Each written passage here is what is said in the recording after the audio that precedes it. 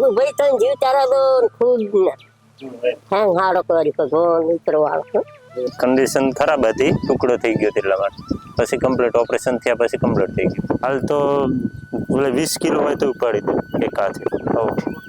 હવ ઉપડી જાય.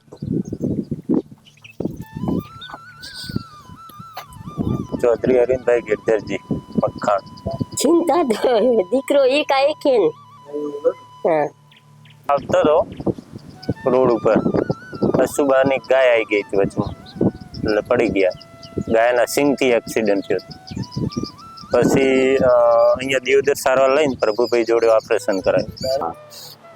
અરવિંદભાઈ ચૌધરી કરીને મખાણના વતની જે મારી જોડે આવ્યા હતા, એમને હાથના બંને હાડકાનું ફ્રેક્ચર હતું.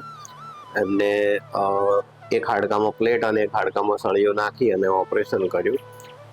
એમને અત્યારે બધી મૂવમેન્ટ કે બધું કામ કરી શકે છે. રિઝલ્ટ બધું સારું છે.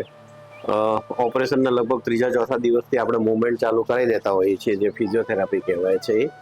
અને લગભગ મહિના પછી નાનું મોટું કામ જે વજન ના ઉપાડી શકાય એવું કામ કરતા થઈ ગયા હતા. અને ઘરનું કામ ને વજન ઉપાડવાનું ને એ બધું 1.5-2 મહિના પછી ચાલુ કરી દીધું.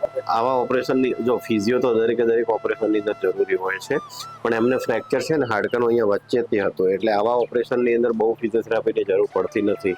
હળવી ફિઝિયોથેરાપી અથવા તો ઘરે જાતે કસરત કરે તો પણ એમાં રિઝલ્ટ સારું મળતું હોય છે. ઓપરેશન થયા પછી કામ કરવાનું 3 મહિને ચાલુ કરી દીધું. હોસ્પિટલનું ખૂબ સારી કામગીરી છે. હાથને પછી કમ્પ્લીટ થઈ ગયું. કોઈ ખોડ ખાપણ નથી, ના કોઈ તકલીફ નહીં. સારી સારવાર મળે. કમ્પ્લીટ કામગીરી સારી છે એમ સાહેબની. પછી સેવા અહીંયા દેખો ઝાડા આવે છે, અહીંયા સેવા મળી રહી અમને. ઝાડા જ કરાવું ત્યાં દૂરભૂભીની ત્યાં હું તો મૂકું છું. 1-2 કેસે અહીંયાથી મૂક્યા. વ્યવસ્થા કામગીરી સારી એમ. સાહેબનો ખૂબ ખૂબ આભાર.